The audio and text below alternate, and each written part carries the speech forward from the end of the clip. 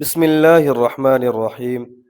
حضرت محمد صلی اللہ علیہ وآلہ وسلم نے ارشاد فرمایا کہ فجر کی نماز کے بعد 3 آیت کریمہ کی تلاوت ضرور کیا کرو، کیونکہ یہ آیات شیطان کے شر سے، دشمن کے شر سے، تنگ دستی سے، قبر کے عذاب سے اور حتیٰ کہ قیامت کے روز تمام عذاب سے حفاظت کا ذریعہ بنتی ہیں۔ ناظرین، 1400 سال قبل قرآن مجید رسول اکرم صلی اللہ علیہ وآلہ وسلم پر نازل ہوا، اور اللہ تعالیٰ نے اس میں ان کلمات کا ذکر متعدد بار فرمایا کہ جو شخص یہ 3 کلمات پڑھ لے اس کے لیے 70,000 فرشتے دعائے رحمت و مغفرت مانگتے ہیں، اور اس کی حاجات کی منظوری تک اللہ سے التجا کرتے رہتے ہیں۔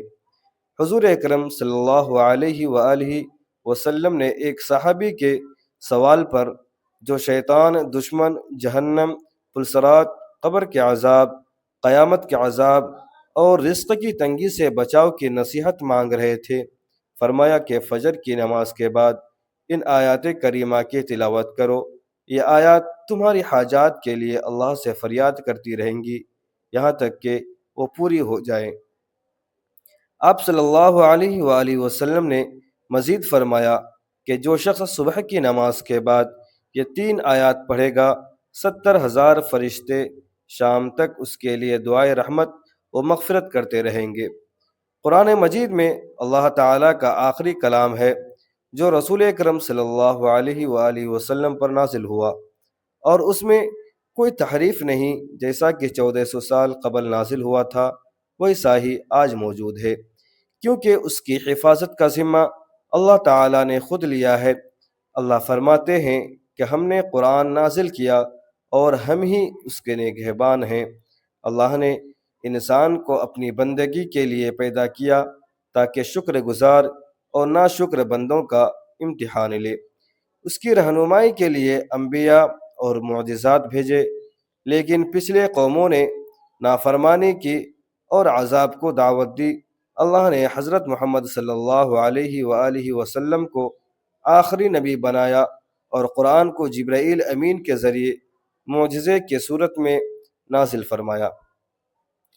قرآن کی بے شمار صفات ہیں، جن میں سے ایک شفا یہ ہے۔ اللہ فرماتے ہیں کہ یہ قرآن مومنوں کے لیے شفا اور رحمت ہے، جبکہ ظالموں کے لیے نقصان کا باعث بنتا ہے۔ قرآن ایمان والوں کے لیے شفا کا ذریعہ ہے، جبکہ کفار اسے سمجھ نہیں سکتے۔ اللہ کی رحمت بے انتہا ہے، اور ہر شخص اپنی ہمت کے مطابق اسے حاصل کرتا ہے۔ اللہ فرماتے ہیں کہ قرآن نصیحت، دلوں کے امراض کی شفا، رہنمائی اور مومنوں کے لیے رحمت ہے۔ یہ روحانی، جسمانی اور نفسیاتی بیماریوں جیسے حسد، کینہ، منافقت، ڈپریشن اور دیگر مصیبتوں کے لیے شفا ہے۔ اللہ کا ذکر روح کی غذا اور جسم کو طاقت دیتا ہے۔ اللہ فرماتے ہیں کہ شہد سے پینے کی چیز نکلتی ہے جس کے رنگ مختلف ہیں، اور اس میں لوگوں کے لیے شفا ہے۔ نبی کریم صلی اللہ علیہ وآلہ وسلم نے فرمایا کہ شفا 3 چیزوں میں ہے: قرآن پڑھنے، شہد پینے اور آگ سے داغنے میں۔ لیکن میں اپنی امت کو آگ سے داغنے سے منع کرتا ہوں۔ حضرت ابن مسعود رضی اللہ عنہ سے روایت ہے کہ آپ صلی اللہ علیہ وآلہ وسلم نے فرمایا کہ شہد اور قرآن کو لازم پکڑو۔ سورۃ البقرہ جادو اور نظر بد کے اثرات کم کرتی ہے، اور معوذتین سے دم کرنا حدیث سے ثابت ہے۔ حضرت عائشہ رضی اللہ عنہ فرماتی ہیں کہ نبی کریم صلی اللہ علیہ وآلہ وسلم مرض میں معوذتین پڑھ کر دم کرتے تھے، اور جب تکلیف بڑھتی تو اپنے ہاتھ میں دم کرتے اور آپ کے ہاتھ سے برکت کے لیے جسم پر پھیرتی۔ امام بطال رحمۃ اللہ علیہ فرماتے ہیں کہ معوذتین میں جامع دعائیں ہیں جو ہر شر سے حفاظت مانگتی ہیں، اس لیے یہ بہترین نسخہ ہے۔ حضور صلی اللہ علیہ وآلہ وسلم نے فرمایا کہ جو صبح 3 بار اعوذ باللہ السمیع العلیم من الشیطان الرجیم کہے اور سورۃ الحشر کی آخری 3 آیات پڑھے، اللہ اس کے لیے 70,000 فرشتے مقرر کرتا ہے جو شام تک دعائے رحمت مانگتے ہیں، اور اگر وہ اس دن مر جائے تو شہید ہوگا۔ سورۃ الفاتحہ کو سورۃ الشفا بھی کہا جاتا ہے کیونکہ یہ ہر مرض کی دوا ہے۔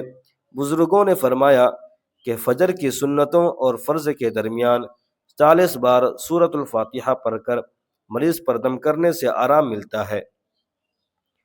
حضرت نعمان بن بشیر رضی اللہ عنہ سے روایت ہے کہ آپ صلی اللہ علیہ وآلہ وسلم نے فرمایا کہ اللہ نے زمین و آسمان بنانے سے 2000 سال قبل ایک کتاب لکھی جس سے سورۃ البقرہ کی آخری 2 آیات نازل کی۔ جس گھر میں 3 راتیں ان آیات کی تلاوت ہو شیطان وہاں قریب نہیں آتا۔ حضرت ابو ذر رضی اللہ عنہ سے روایت ہے کہ آپ صلی اللہ علیہ وآلہ وسلم نے فرمایا کہ اللہ نے عرش کے نیچے سے 2 آیات عطا کی جن سے سورۃ البقرہ کا اختتام ہوا۔ انہیں سیکھو اور اپنی اولاد کو سکھاؤ، یہ نماز، قرآن اور دعا ہے۔ حضرت برا بن عازم رضی اللہ عنہ سے روایت ہے کہ سورۃ الکہف کی تلاوت کے دوران ایک جانور بے چین ہوا اور ایک بادل نے اسے ڈھانپ لیا۔ آپ صلی اللہ علیہ وآلہ وسلم نے فرمایا کہ یہ سکینہ ہے جو قرآن کی تلاوت پر نازل ہوتا ہے۔ حضرت معاذ رضی اللہ عنہ سے روایت ہے کہ سورۃ الکہف کی ابتدا و انتہا کی تلاوت سے سراپا نور ہوگا اور مکمل تلاوت سے آسمان و زمین کے درمیان نور ہوگا۔ حضرت ابو سعید خدری رضی اللہ عنہ سے روایت ہے کہ جمعہ کو سورۃ الکہف پڑھے، اس کے لیے 2 جمعوں کے درمیان نور روشن ہوتا ہے۔ ایک روایت میں ہے کہ شب جمعہ کو پڑھنے سے کعبہ اور اس کے درمیان نور روشن ہوتا ہے۔ حضرت ابو درداء رضی اللہ عنہ سے روایت ہے کہ سورۃ الکہف کی پہلی یا آخری 10 آیات یاد کرنے والا دجال سے محفوظ رہے گا۔ آپ صلی اللہ علیہ وآلہ وسلم نے فرمایا کہ جو سورۃ الدخان رات کو پڑھے، صبح تک 70,000 فرشتے اس کے لیے مغفرت مانگتے ہیں، اور جمعہ کے دن یا رات کو پڑھنے والے کے لیے جنت میں گھر بنایا جاتا ہے۔ حضرت انس رضی اللہ عنہ سے روایت ہے کہ سورۃ الواقعہ برکت کی یعنی رحمت کی صورت ہے، اسے پڑھو اور اولاد کو سکھاؤ۔ حضرت ابن مسعود رضی اللہ عنہ نے مرض الموت میں حضرت عثمان رضی اللہ عنہ سے کہا کہ انہوں نے اپنی بیٹیوں کو سورۃ الواقعہ پڑھنے کا حکم دیا کیونکہ آپ صلی اللہ علیہ وآلہ وسلم نے فرمایا کہ اس کی رات کی تلاوت سے فاقہ نہیں ہوتا۔ حضرت معاویہ بن عیسیٰ رضی اللہ عنہ سے روایت ہے کہ سورہ یاسین قرآن کا دل ہے، اسے اللہ کی رضا کے لیے پڑھنے والے کی مغفرت ہوتی ہے۔ حضرت ابن عباس رضی اللہ عنہ سے روایت ہے کہ آپ صلی اللہ علیہ وآلہ وسلم نے فرمایا کہ میری خواہش ہے کہ سورہ یاسین ہر امتی کے دل میں ہوں۔ حضرت انس رضی اللہ عنہ سے روایت ہے کہ اس کی ہر رات تلاوت کرنے والا شہید مرتا ہے۔ حضرت عطا بن ابی ربیع رحمۃ اللہ علیہ سے روایت ہے کہ سورہ یاسین کی صبح کی تلاوت سے حاجات پوری ہوتی ہے۔ حضرت ابو درداء رضی اللہ عنہ سے روایت ہے کہ مرنے والے کے پاس اس کی تلاوت سے موت میں نرمی ہوتی ہے۔ حضرت ابو قلابہ رضی اللہ عنہ فرماتے ہیں کہ سورہ یاسین کی تلاوت سے مغفرت، کفایت، موت میں آسانی اور ولادت کی تنگی میں سہولت ملتی ہے، گویا اس نے 11 بار قرآن پڑھا۔ حضرت عائشہ رضی اللہ عنہا سے روایت ہے کہ سورہ یاسین اللہ کے ہاں عظیم ہے، اس کا پڑھنے والا شریف ہے اور قیامت کے روز بہت سے لوگوں کو شفاعت کرے گا۔ اللہ ہمیں 5 وقت نماز باجماعت ادا کرنے، قرآن کی تلاوت اور ہر بیماری سے حفاظت کی توفیق عطا فرمائے، آمین۔ اب ہم ان 3 آیات کریمہ کے بارے میں بتاتے ہیں جن کی تلاوت فجر کے وقت حضور صلی اللہ علیہ وآلہ وسلم نے حکم دیا، جو شیطان، دشمن، تنگ دستی، قبر اور قیامت کے عذاب سے بچاتی ہیں۔ یہ سورۃ الحشر کی آخری 3 آیات ہیں جن کی تلاوت کا طریقہ یہ ہے: فجر کی نماز کے بعد درود شریف پڑھیں، پھر سورۃ الحشر کی آخری 3 آیات 21 مرتبہ پڑھیں۔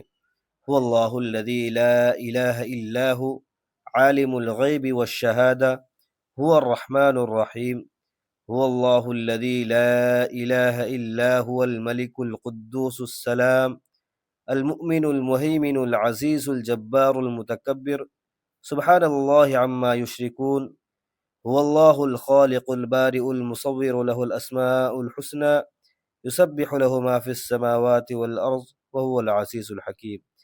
ان آیات میں اللہ تعالیٰ کی عظمت، قدرت، علم، رحمت، بادشاہت اور تمام صفات کمال بیان کی گئی ہیں۔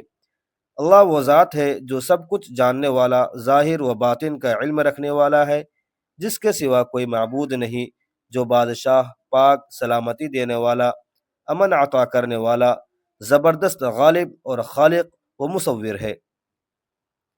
بعض اہل علم نے کہا ان آیات میں اللہ تعالیٰ کے صفاتی ناموں کا بیان اس قدر جامع ہے کہ جو شخص انہیں سمجھ کر ایمان کے ساتھ پڑھتا ہے اس کے دل میں اللہ کی عظمت و معرفت بڑھتی ہے۔ تلاوت کا معمول بہت سے صلحاء و علماء نے ان آیات کو صبح و شام کی اذکار میں شامل کیا ہے، کیونکہ ان میں اللہ کی توحید، عظمت اور ذکر کا جامع اظہار ہے۔ صبح و شام کی تلاوت سے حفاظت، مغفرت اور سکون قلب حاصل ہوتا ہے۔ ان آیات کے معنی پر غور کرنے سے اللہ کی معرفت اور ایمان مضبوط ہوتا ہے، دل میں اللہ کی محبت اور خشیت پیدا ہوتی ہے۔ اس کے بعد ایک تسبیح استغفر اللہ ربی من کل ذنب و اتوب الیہ پڑھیں، پھر 3 بار معوذتین، سورہ فلق اور سورہ ناس اور سورہ اخلاص پڑھیں، آخر میں دوبارہ درود شریف پڑھیں۔ ناظرین، اللہ کا کلام دنیا و آخرت کی بھلائیوں کا ضامن ہے۔ رسول اکرم صلی اللہ علیہ وآلہ وسلم کے ارشادات زندگی کے اصول ہیں جو ہمیں شیطان، دشمن اور تنگ دستی سے محفوظ رکھتے ہیں۔ فجر کے وقت ان آیات کی تلاوت اللہ کے حضور امان کا اعلان ہے۔ جو دل صبح کو ان آیات کے ساتھ اللہ کے سپرد ہوتا ہے اس کی حفاظت فرشتے کرتے ہیں، رزق میں برکت اور دل میں سکون نازل ہوتا ہے۔ خوش نصیب ہے وہ جو صبح کو قرآن کی روشنی سے منور کرتا ہے، کیونکہ اللہ کے ذکر سے شروع ہونے والا دن کبھی خسارے کا نہیں ہوتا۔ اللہ ہمارا عمل قبول فرمائے، ہماری دعائیں سننے، مانگی ہوئی مرادیں اور نہ مانگی ہوئی نعمتیں عطا فرمائے، ہمیں نیکی کی بات سننے، سمجھنے اور عمل کرنے کی توفیق دے، آمین۔ ناظرین، رزق میں برکت کے لیے اللہ تعالیٰ کے 99 ناموں میں سے کوئی ایک نام کمنٹ سیکشن میں ضرور لکھیں۔ ناظرین، ویڈیو اچھی لگی ہو تو ویڈیو کو لائک کریں، اپنے دوستوں تک ضرور شیئر کریں، اور اگر آپ ہمارے چینل میں نئے ہیں تو چینل کو سبسکرائب کرنا نہ بھولیں۔ ملتے ہیں پھر اگلی ویڈیو میں، تب تک کے لیے اجازت دیجیے۔ خدا حافظ۔ السلام علیکم ورحمۃ اللہ وبرکاتہ۔